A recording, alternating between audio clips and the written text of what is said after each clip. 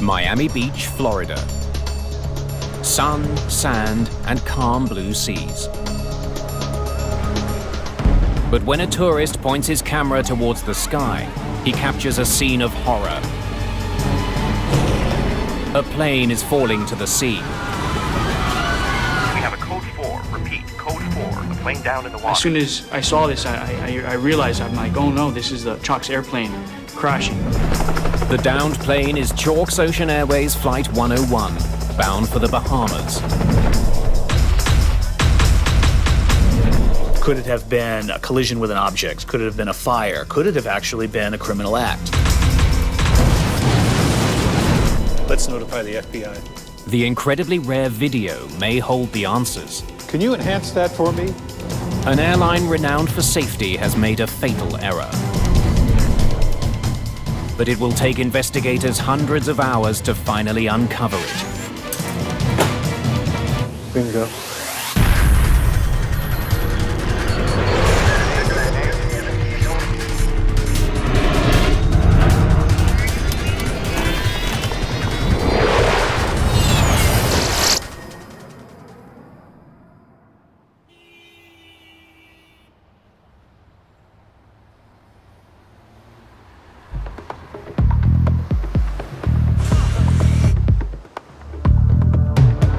The Port of Miami, December the 19th, 2005. Giant freighters and ocean-going cruise ships are a common sight. But there's another, much smaller craft that's often seen in this port. Chalk's Ocean Airways flies seaplanes in and out of this busy waterway. Today, Flight 101 from Fort Lauderdale is making a brief stop over here on its way to the Bahamas. Feather propellers. Check. Shut down engine number 1. Shutting down engine number 1. Chalk's flies to 2 regular destinations, both in the Bahamas. Bimini, where Flight 101 is scheduled to land this afternoon, and Paradise Island. Ladies and gentlemen, this is your captain speaking. We're just making a short stopover here in Miami to pick up a couple passengers. We apologize for the delay. We'll be on our way again soon. How many are we picking up? Just 2, but they're VIPs.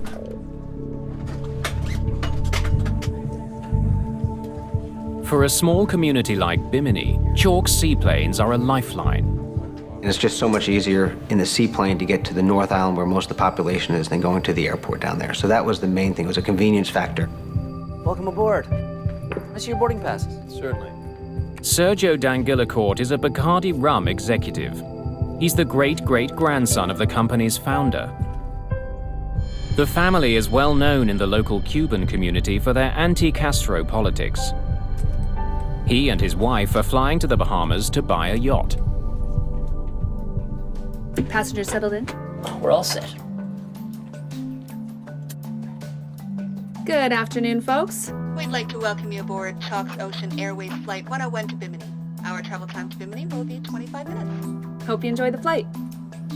Let's have the startup checklist, please. Roger. Michelle Marks is in command of today's flight. She was promoted to captain earlier this year. Fuel conditioners. First Officer Paul DeSanctis joined the airline 8 months ago. Starter on. Starter on. This is his first flight with Captain Marks. All clear to taxi? All clear.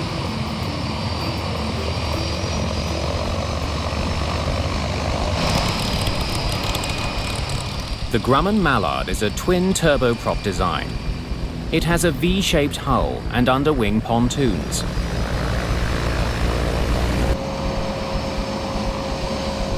It's designed to carry up to 17 passengers.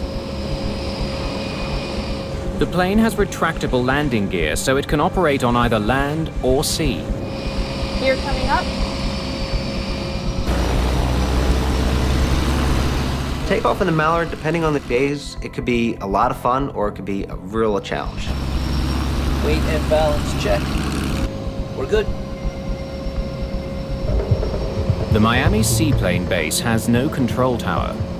The crew has to keep a lookout for boat traffic as they taxi through one of the busiest ports in the world.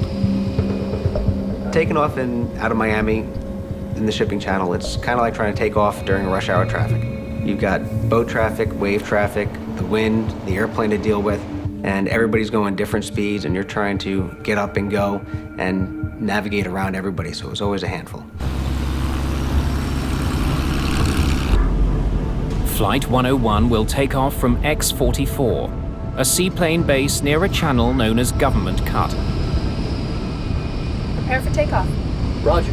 Ready to take off. Both pilots have their hand on the throttles. It's to prevent the captain from inadvertently pulling back if the plane hits a wave. 45 knots. 50 knots.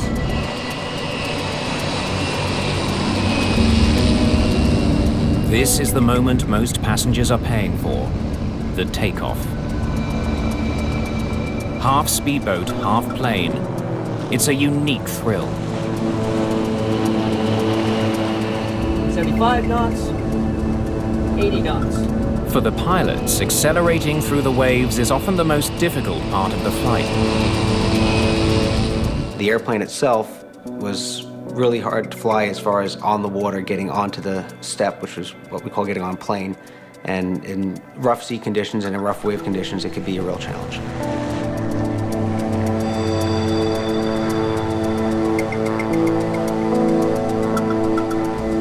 But this takeoff goes smoothly.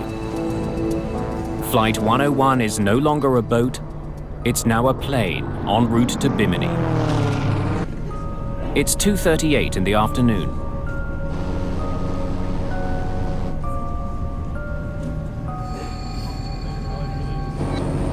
The plane's flight path takes it past South Beach, where sunbathers and surfers are out in force.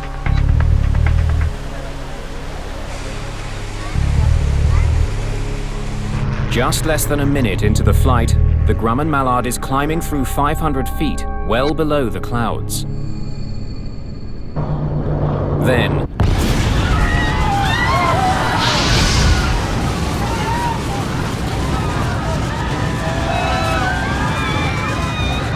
the plane rolls violently and dives. The pilots barely have time to register what's happening. Their struggles are in vain.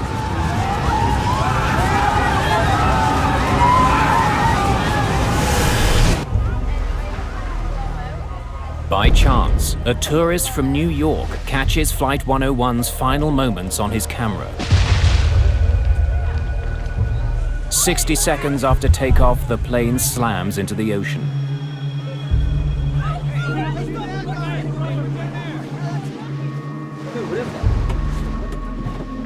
Lucas Bocanegra is a lifeguard stationed on South Beach near the Chalks Ocean Airways sea lane. As soon as I saw this, I realized, I'm like, oh no, this is the Chalks airplane crashing. We have a code 4. Repeat, code 4. The plane down in the water. This is Lucas. We're launching the jet ski. The two lifeguards are the first rescuers to go looking for the plane.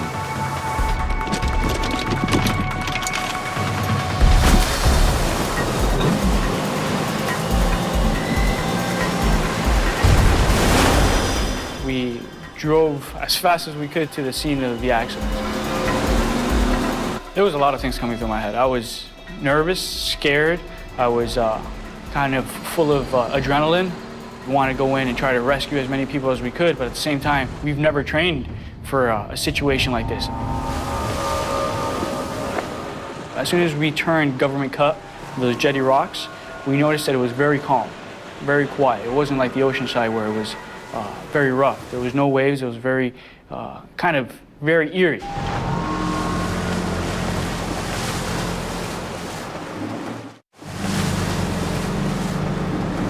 At first, Lucas Bocanegra finds no sign of Flight 101 or any of the passengers. Little by little, we started seeing debris float up onto the surface of the water.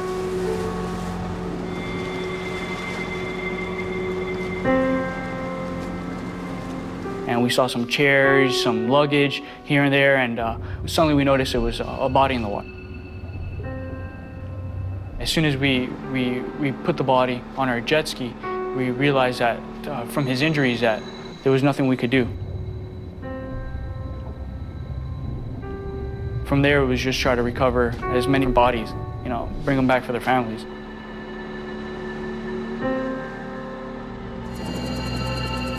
News crews swarmed the beach.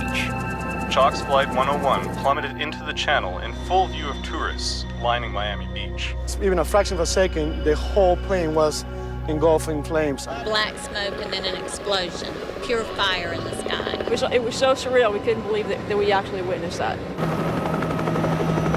Chopper 4 over the wreckage as Miami Beach Coast Guard look for any survivors. But the effort is futile.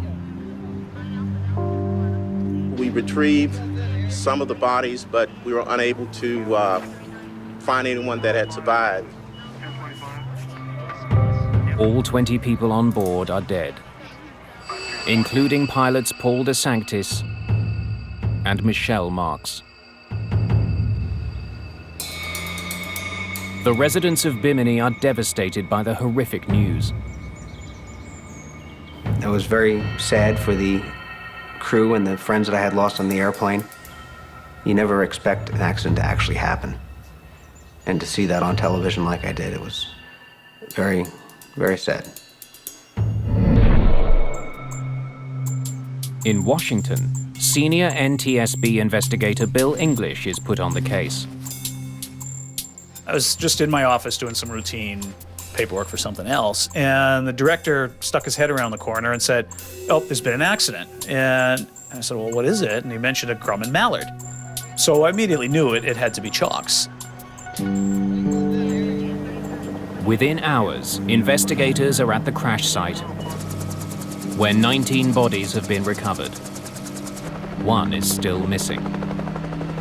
I was very familiar with Chalk's Airways. I'm a seaplane-rated pilot myself, and there is the reputation, the legend of Chalk's Airways, the oldest continuously operating airline. Chalk's has a long and rich history.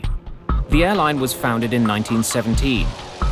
During the Prohibition era, passenger lists included notorious rum runners and later Hollywood movie stars. Chalk's planes even patrolled for German U-boats during World War II. The novelty of flying at Chalk's, it was just all that history, all the people that have gone, and it was really a great place to work for that. The Grumman Mallard flying boat that crashed was built in 1947. Chalk's Ocean Airways is the only airline that uses mallards to transport passengers.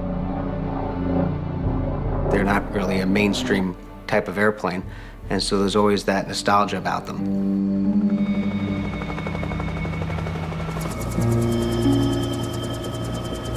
Salvage crews find the plane's black box. Investigators send it to the NTSB in Washington. The box promises to reveal critical information about what the pilots were doing in the seconds leading up to the tragic mid-air disaster.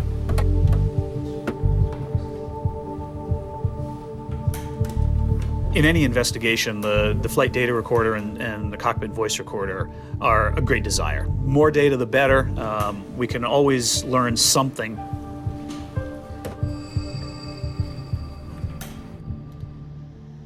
But Bill English knows he isn't going to get all the data he wants. Okay, thanks. The only recorder on board the Mallard was a cockpit voice recorder, or CVR.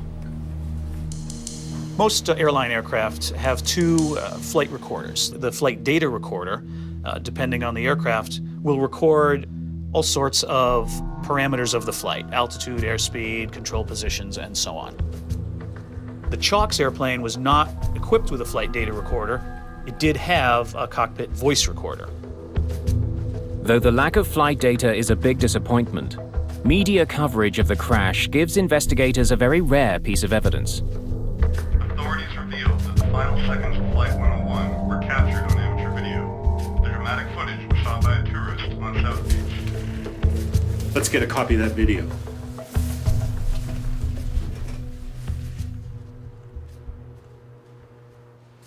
Okay, let's see it. The video only captured the final seconds of the plane crash, but it confirms eyewitness reports that a wing ripped off in midair. Can you enhance that for me? The video showed the wing just after separation from the aircraft, the main part of the aircraft fuselage rolling off in the other direction, and the fire and smoke starting from that. It was quite startling that the wing would fall off in this plane. It was a beautiful day. The water wasn't rough on the takeoff, and all of a sudden this wing just dropped off. It must have been absolutely devastating.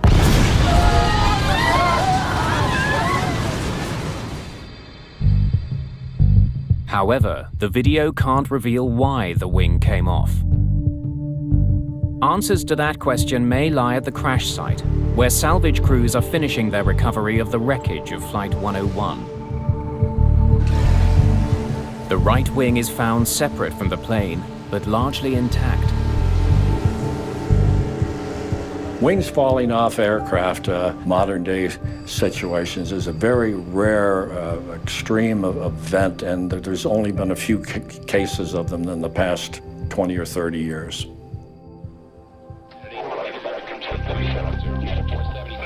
In Washington, another type of examination is already underway.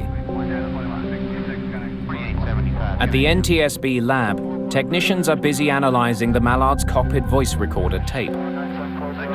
The cockpit voice recorder, CVR, which does what it sounds like, records the pilots' voices talking to each other or on the microphones.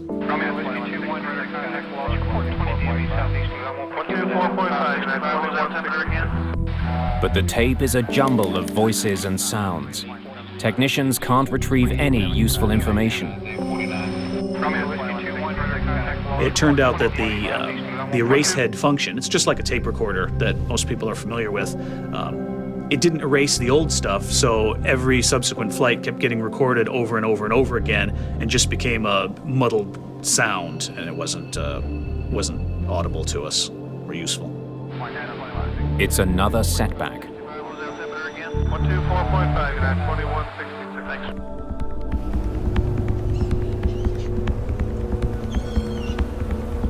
Okay, let's revisit this again because we're running out of options here. Investigators have fewer and fewer tools to work with. Bill English considers the possibility that Flight 101 hit turbulence so violent that it tore the plane apart. But the weather on the day of the crash doesn't support that theory. There were no storms that could have caused such severe turbulence. Clearly, something else had torn this plane apart. There's a possibility the Mallard collided with something in the water before takeoff. Seaplanes don't take off of a conventional runway. They're in water where there can be things like logs or other debris, which could potentially cause structural issues with an aircraft.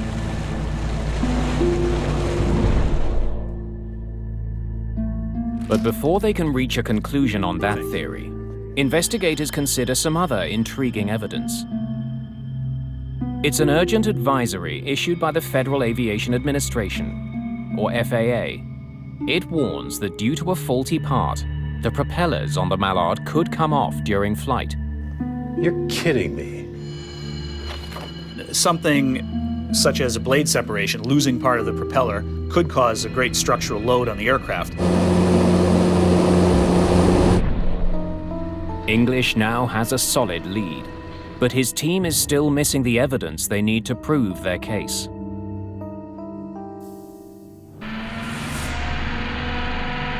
The entire island is devastated by the loss of life as investigators searching for answers wait for more wreckage to be pulled from the sea. In the aftermath of the crash, Chalk's Ocean Airways grounds its remaining fleet of 4 Grumman Mallards.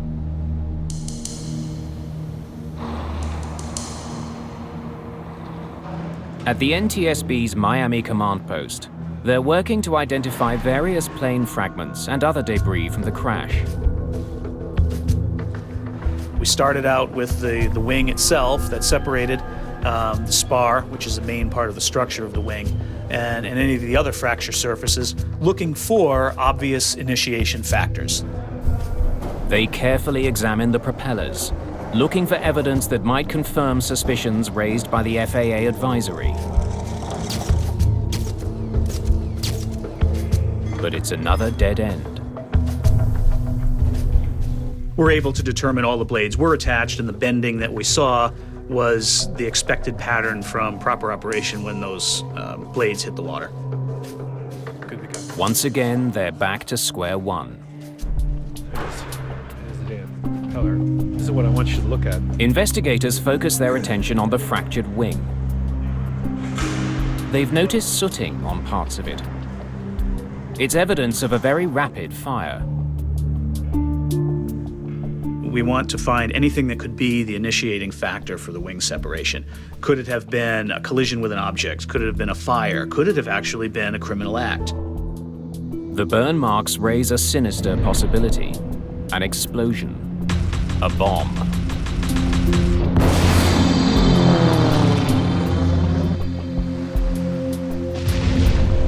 This now falls outside the NTSB's area of expertise and authority. Let's notify the FBI.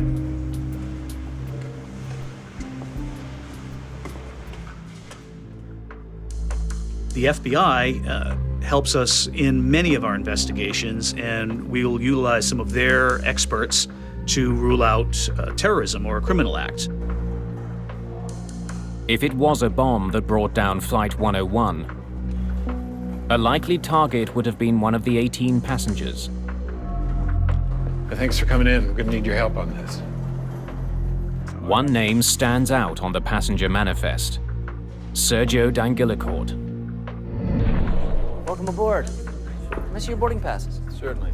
There are rumors on the internet that the crash was an assassination plot and Dangilicourt was the target. His family made a fortune in pre-Castro Cuba. They were so opposed to Fidel Castro's regime that they had allegedly supported clandestine attempts to overthrow his communist government. This is your copy. All right, now there's something I want to show you. We can't tell if it's just soot or it's explosive residue. A bomb will leave chemical traces and distinctive patterns in the torn metal. FBI technicians are specially trained to detect them.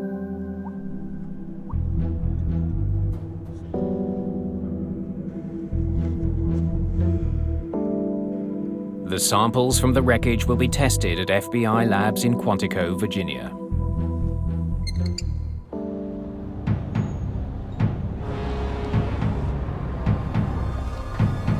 Four days after the accident, salvage crews are still bringing in wing fragments found at the crash site.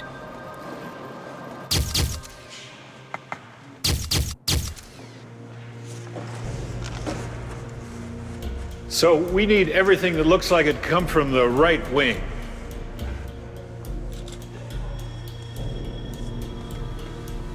Can we get some light over here?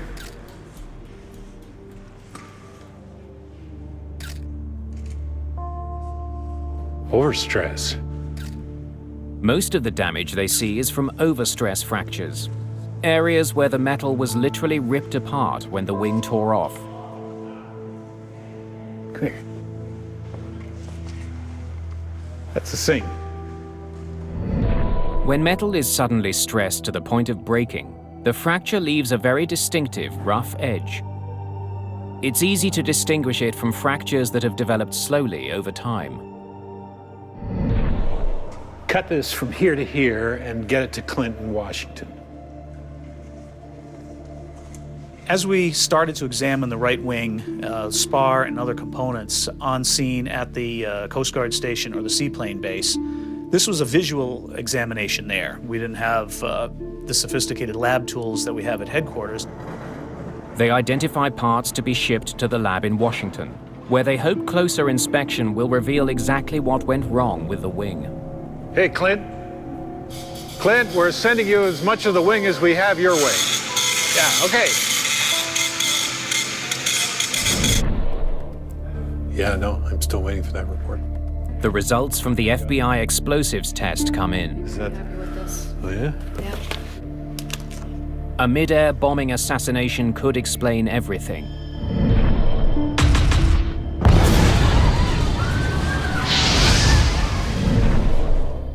But there is no explosive residue on the wreckage.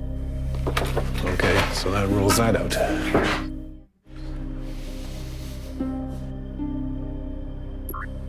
Structural failure is now the chief suspect in the downing of Chalk's Flight 101.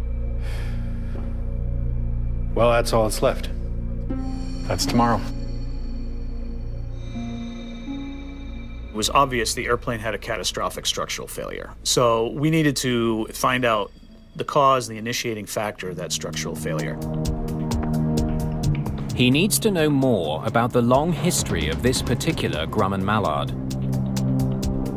It's very typical in any accident investigation. We want to look at the maintenance history of an aircraft. For an aircraft that's 60 years old, that's even more so important.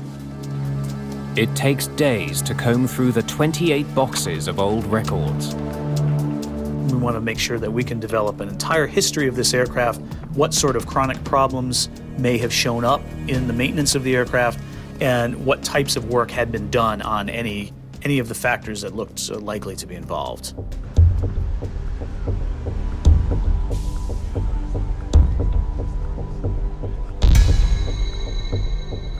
Clint Cruikshanks is a structures investigator for the NTSB. When we go into an investigation, we try to go in with a very open mind and look at the wreckage and let it tell the story for what happened. We wanted to look at every piece that broke on the right wing to determine if this was a age-related failure or if it was something that was caused by a structural overload. As with most aircraft, the Mallard's wings are built from aluminium alloy. The spars run the length of each wing. In between the spars are stringers that give added support. Together, these parts make up the wing box, which also doubles as a fuel tank.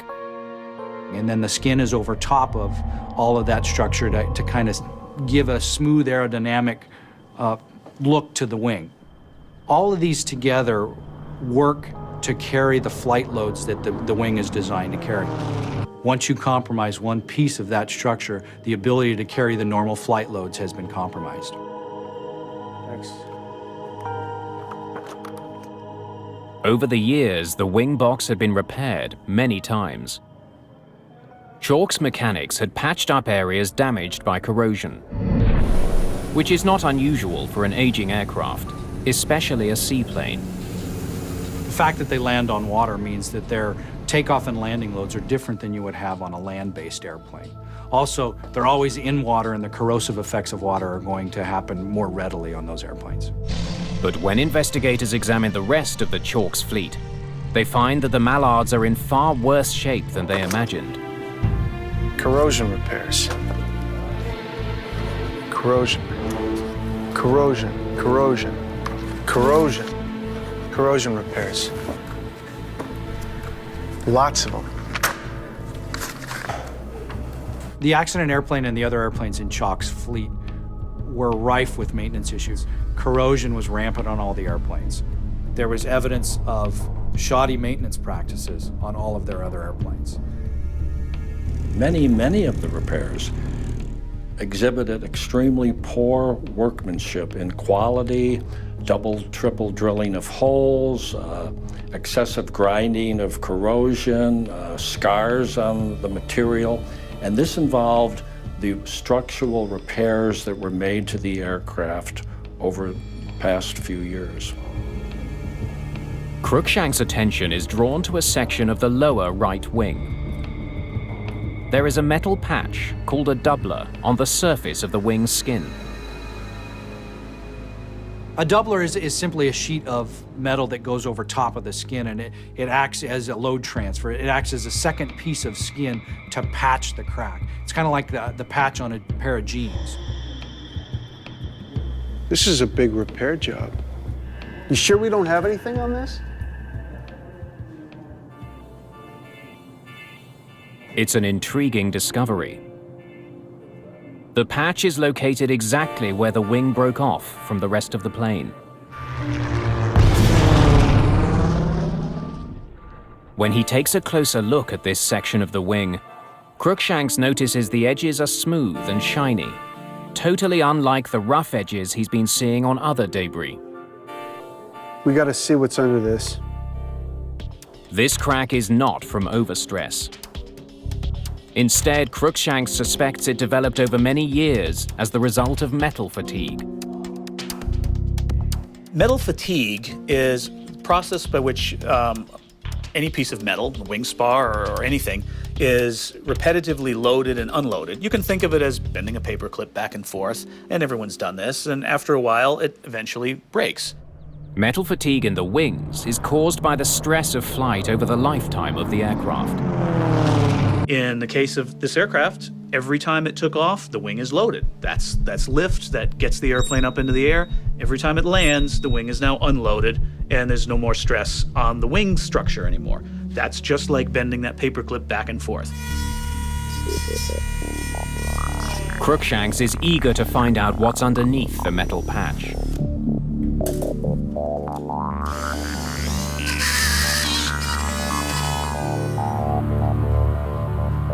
Okay, let's see what this doubler's hiding. They find even more metal fatigue. Deep cracks cut across the wing. The extent of the damage is staggering. A crack 40 centimeters long. Man, oh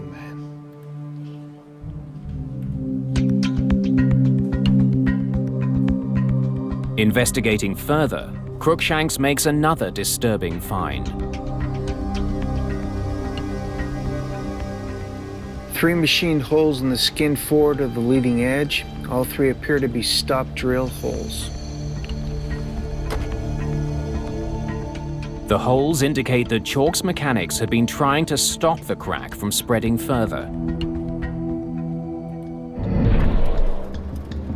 Years earlier, a mechanic had spotted the crack on the lower surface of the wing.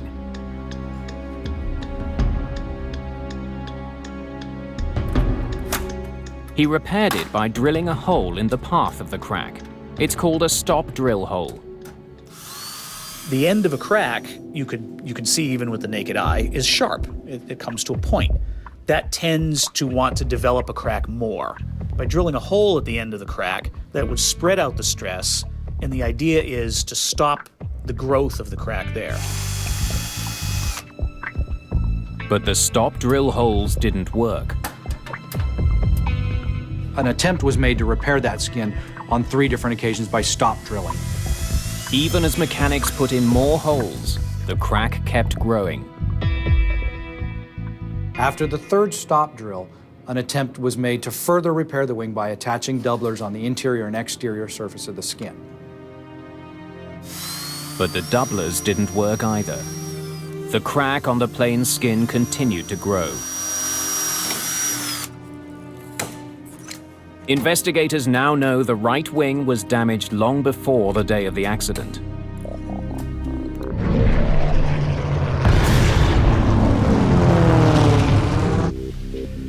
What they don't understand is why the crack could not be stopped. Approved. But a glimmer of an answer comes when they learn the plane was sending out warning signs of a deeper, more serious problem. The Chalk's airplane involved in the accident were showing evidence of chronic fuel leaks for a long period of time, for many years. According to the log, fuel leaks from the right wing were repaired again and again, but they kept happening. The crews started to notice repeated fuel leaks during standard operations, and we tried to bring it up to the attention of management just for our concerns. Just 2 days before the crash, it happened again. While doing routine maintenance on the Mallard, a mechanic came across fuel dripping from the right wing. They always addressed the problem with trying to reseal the fuel tanks or trying to fix whatever problem they thought they had. It always seemed to be a reoccurring issue. The procedure for plugging a leak was to apply a chemical sealant to the inside of the empty fuel tank. The sealant would take a day to dry.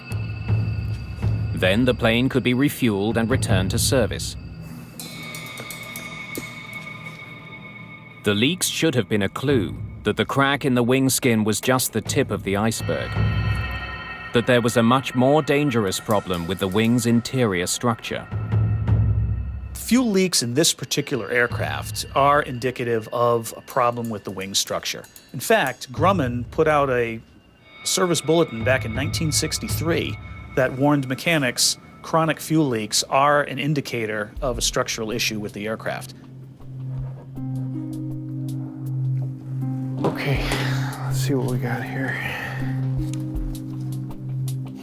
Cruikshanks examines the pieces that make up the right fuel tank. Some kind of sealant. He wonders why the fuel leaks persisted in spite of the constant efforts to repair them. Okay. Hand me that scraper, please. Thank you.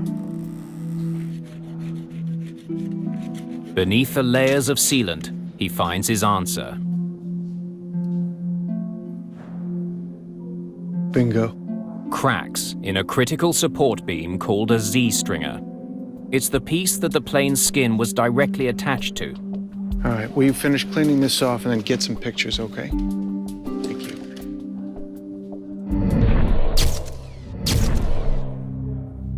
Cruikshanks finds evidence that Chalk's mechanics had tried to repair the stringer. It appears that they did some grinding on the Z-stringer to remove a fatigue crack. However, they never went back in and re-inspected that area. Instead, they only applied chemical sealant to the area to make it leak-proof, and in the process concealed the damage. Chalk's made repeated attempts to repair the airplane by stop drilling the wing skin cracks, adding doublers over top of the cracks, but they never addressed the root of the problem, which is the cracked Z-stringer. The reason they couldn't address the Z-stringer is it was covered in fuel tank sealant. The broken Z-stringer weakened the entire wing. Now, with every takeoff and landing, the plane's skin was absorbing the forces. Over time, the skin began to crack as well. The final outcome was inevitable. The fatigue cracking reached critical length and the wing separated from the airplane.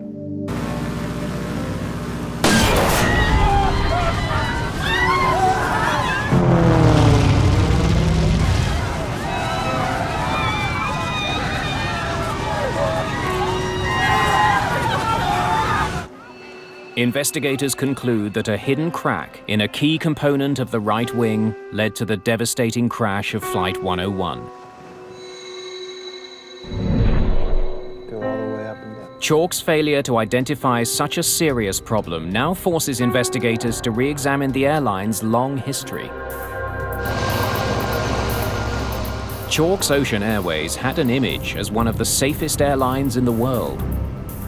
Despite the age of their fleet, the airline had an outstanding record of safety dating back almost 90 years. Chalk's safety record was great. They had never lost a passenger in all the years of operation. Chalk was an old, established company, but it seems to me that somewhere along the line, the management and the quality of the work done had slipped quite a bit from in the past years. What have you got on the financial state of this company? Investigators are beginning to suspect that the company's reputation for safety may have been undermined in recent years by money problems. Financial issues in an airline, especially a small carrier like this, can manifest themselves in many ways. Personnel are sometimes one of the first things to go. A search of Chalk's financial history uncovers some trouble.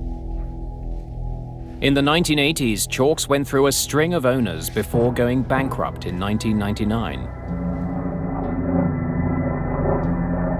The airline was revived by a Miami businessman, but it kept losing money.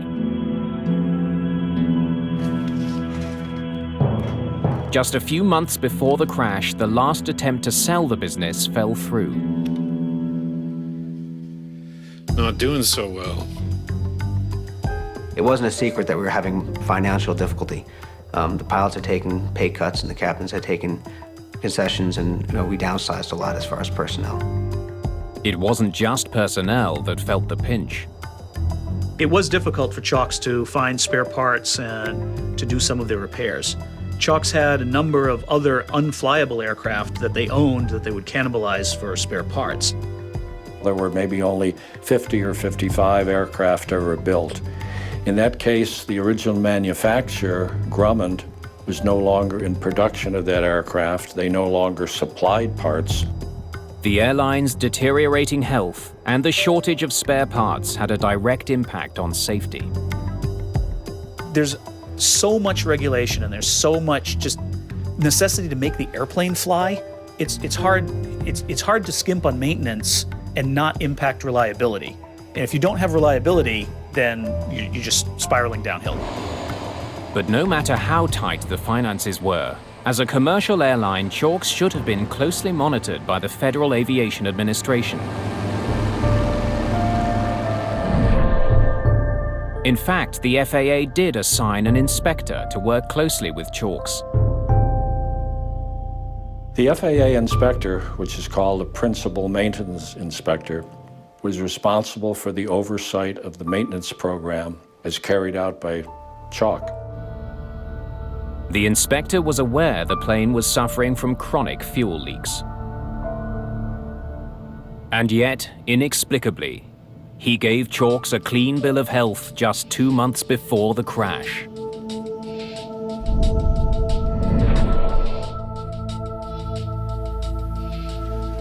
What is this guy doing? Investigators are at a loss to explain why the FAA inspector didn't pick up on warning signs the Chalk seaplane was giving off. The fact that Chalk was an old established carrier, maybe they just accepted, well, there's only 2 or 3 planes, it's a small operation, they only fly during the nice weathers, and they're good old boys over there, they know what they're doing. In effect, the FAA didn't step back and take a look at that forest for the trees and find out just what's going on in the maintenance program with these Chalks aircraft. The FAA may not have found fault with Chalks, but it turns out that several people very close to the airline did.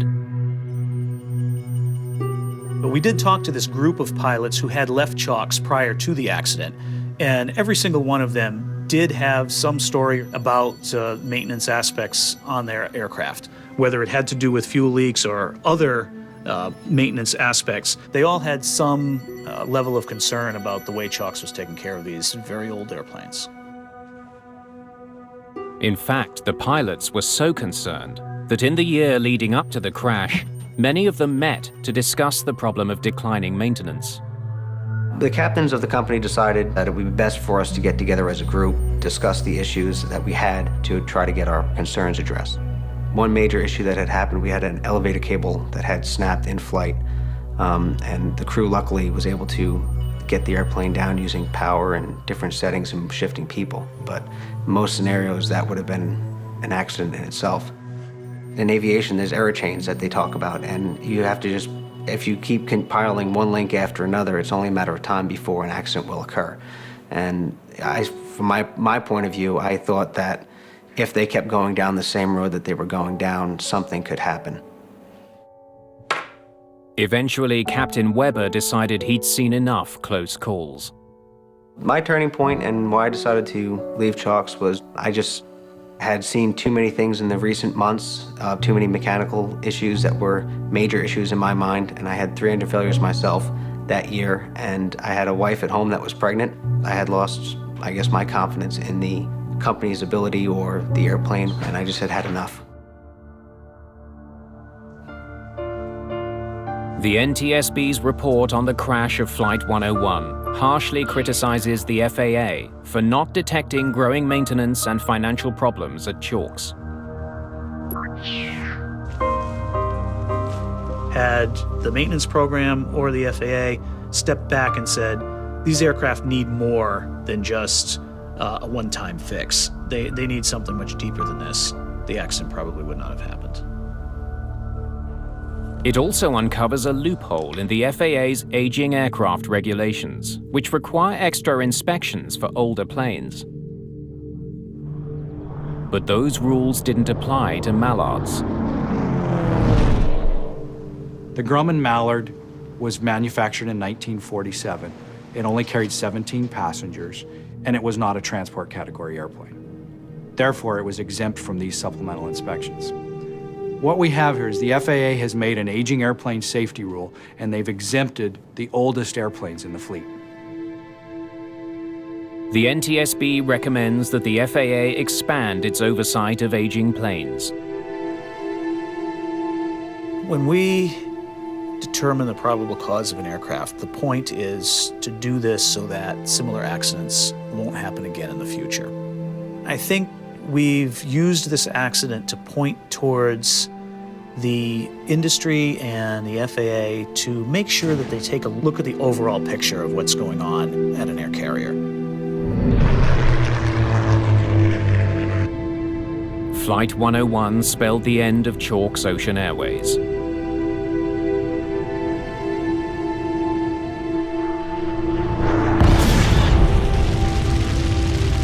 A few months after the report was released, the airline shut down. There was a lot of history and a lot of family community involved with the passengers as well as the people in the airline. So to see the whole airline and everything else kind of go down with the airplane is additionally, emotional for everybody that ever worked there or ever loved the airplanes.